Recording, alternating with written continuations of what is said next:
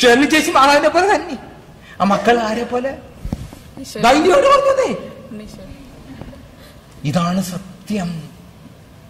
ഒരു കത്തോലിക്കന് മാത്രം അവകാശപ്പെടാവുന്ന അത്ഭുതമാണ് വിശുദ്ധ കുമ്പസാരം. അതുകൊണ്ട് നല്ലതുപോലെ സമയമെടുത്ത് നല്ലതുപോലെ ഒരുങ്ങണം, ഒരുങ്ങി കുമ്പസാരിക്കാം. കുമ്പസാരിച്ച് കഴിഞ്ഞിട്ടൊരു ഉറപ്പ് വേണം, ഞാൻ പരിശുദ്ധ അമ്മയെ പോലെ തന്നെയാണ്, അമ്മയുടെ വിമല ഹൃദയത്തിലാണ്. എന്നിട്ട് വിശുദ്ധ ബലിയിൽ നിന്ന് പങ്കെടുത്ത് നോക്കിയേ, അത്ഭുതം നടക്കുവേ. പലർക്കും വിശുദ്ധ കുർബാനയ്ക്ക് വരുമ്പോഴേ ചേച്ചി ബോറടിയാ, എപ്പോഴായി അച്ഛൻ നിർത്തിയിട്ട് എനിക്ക് മക്ഡൊണാൾഡ്സിൽ പോകാൻ പറ്റുന്നതെന്നൊക്കെയാണ് ചിലരുടെ ചിന്ത. മക്ഡൊണാൾഡ്സില് ഞായറാഴ്ച കേട്ടോ ബ്രദറെ, എപ്പോ when are you going to shut up so I can go? എനിക്ക് ഈ ക്രിക്കറ്റോ എന്താ ബേസ്ബോൾ ഒരു ഗ്രാഹ്യമില്ല കേട്ടോ, ഒരു താല്പര്യമില്ല. പക്ഷെ വെളുപ്പം കാലത്ത് എന്റെ ബ്രദറെ നിങ്ങളുടെ പോകുന്നിടത്തെ കാര്യം ജർമ്മനിയിലൊന്നും എനിക്ക് അറിയത്തില്ല കേട്ടോ. ന്യൂയോർക്കില് ചിലപ്പോൾ ഞാൻ വെളുപ്പിനെ എഴുന്നേറ്റിട്ട് 2 മണിക്കോ 3 മണിക്കോ ഇറന്നു കഴിഞ്ഞാൽ എന്തെങ്കിലും സംഭവിക്കുന്നുണ്ടോ എന്നൊക്കെ ഇത് വാർത്തയൊക്കെ അറിയാമല്ലോ. റേഡിയോ പെട്ടെന്ന് തുറന്നു നോക്കും, പ്രാർത്ഥിക്കണമല്ലോ. എന്താണ് ആഘോഷമായിട്ട് കൈയടിച്ച് എവിടെയോ ഏതോ ഫുട്ബോൾ സ്റ്റേഡിയത്തിലും ഒക്കെ നടക്കുന്ന കാര്യങ്ങൾ ലൈവായിട്ട് പ്രക്ഷേപണം ചെയ്തുകൊണ്ടിരിക്കുക. 3 മണി വെളുപ്പിനെ ഞാൻ നോക്കിക്കോ, ഇതുങ്ങൾക്ക് നാളെ ജോലിക്കൊന്നും പോകണ്ടായോ? എന്താ പറയുന്നത്? നമ്മൾ ശരിക്കും വിവേചിക്കണമേ. നിങ്ങളാരും അങ്ങനെ അല്ലായിരിക്കും. എന്റർടൈൻമെന്റ് ഒത്തിരി സൂക്ഷിക്കണം. അന്നേരം നമ്മൾ വിശുദ്ധ കുർബാനയ്ക്ക് വരുമ്പം എനിക്ക് ഇതിലൊന്നും ഒരു താല്പര്യമില്ല, അതുകൊണ്ട് മഹാബോറടി തന്നെ. ഞാൻ ചിലപ്പോൾ വിചാരിക്കും ഇതുങ്ങൾക്ക് ഓരോരുത്തർക്കും ഓരോ പന്തങ്ങ് കൊടുത്താൽ പോരെ, ആരാണ്ട് പണ്ട് പറഞ്ഞ മാതിരി. ഈ പാടുപെടേണ്ട കാര്യമല്ലോ ഉണ്ടോ, ബോറടിയാ എനിക്ക്. കാരണം എന്താ, ഇതിനെക്കുറിച്ച് യാതൊരു ഗ്രാഹ്യമില്ല. വിശുദ്ധ കുർബാനയ്ക്ക് വരുമ്പം നമുക്ക് ബോറടി ഉണ്ടെങ്കിൽ ആദ്യം നോക്കേണ്ട ഇതാണ്, ഇവിടെ സംഭവിക്കുന്ന എന്നാന്നതിനെ കുറിച്ച് എനിക്ക് ശരിയായൊരു ബോധ്യം ഇല്ലെങ്കിൽ മഹാബോറടിയായി. ഒരു ബോധ്യം ഉണ്ടെങ്കിലുണ്ടല്ലോ, പരിശുദ്ധാത്മാവ് നമ്മളെ ഉയർത്തിയെടുത്ത് സ്വർഗത്തിൽ ആക്കിയിരിക്കുന്ന അനുഭവം തരും, ഉറപ്പാണ്. ഇത് സത്യമല്ലേ, നമ്മളിവിടെ കാട്ടിക്കൂട്ടുന്നതൊക്കെ വെറും മണ്ടത്തരം, പക്ഷെ ഇത് സത്യമാണ്. അതുകൊണ്ട് മാമോദീസായിലൂടെ നമുക്ക് എന്ത് സംഭവിച്ചു? സ്വർഗത്തിൽ നമ്മൾ എടുത്തു വച്ചിരിക്കുവാണ്. വീണു പോയില്ലെങ്കിലും വിശുദ്ധ കുമ്പസാരത്തിലൂടെ ഈശോ തിരുരക്തം കൊണ്ട് കഴുകി നമ്മുടെ ആത്മാവിന് സംരക്ഷണം തരുവാണ്. ആത്മാവിന് മാത്രമല്ല, ഓർമ്മകൾക്ക്, ശരീരത്തിനൊക്കെ. അത് കഴിഞ്ഞാൽ പഴയ പാപങ്ങളെ ഓർത്തൊക്കെ ഓർമ്മകളൊക്കെ വന്നു കഴിഞ്ഞാൽ അതൊക്കെ വലിയ മധ്യസ്ഥ പ്രാർത്ഥനയ്ക്കുള്ള അവസരങ്ങളാണ്. പിന്നെ വിശുദ്ധ കുർബാനയിൽ ഒന്ന് ഓർത്തു നോക്കിയാൽ, എൻ്റെ മക്കളെ ചുരുക്കി പറയാം, ബ്രദറൊക്കെ വിശുദ്ധ കുർബാനയെ കുറിച്ച് എന്തുമാത്രം കസറ്റിലൊക്കെ ഇല്ലായിരുന്നു പണ്ട്, CD കസറ്റൊക്കെ നിങ്ങളെ കേട്ട് കാണുമായിരിക്കുമല്ലോ.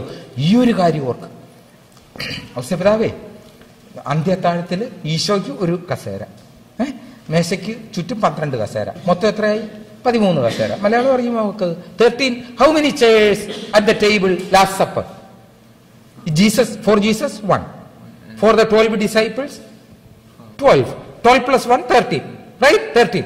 When we come to celebrate the Holy Mass, God the Father is putting another chair. Your name and baptism? It's Matthew. Saint Matthew. Oh, Saint Matthew the evangelist. I am Matthew too, last name. Anyway, when we come to Mass, God the Father puts another chair. Matthew, come my son, sit here. Jesus there, 12 disciples there, you come sit. Or you come sit. മോന്റെ പേരുണ്ട് Joshua the prophet. ജോഷുവയ്ക്ക് ഒരു കസേര. ഇതാണ് സത്യം. വിശുദ്ധ കുർബാനയ്ക്ക് നമ്മൾ വരുമ്പം അന്ത്യാത്താഴം 2016 കൊണ്ടുവന്നിരിക്കുവാണ്.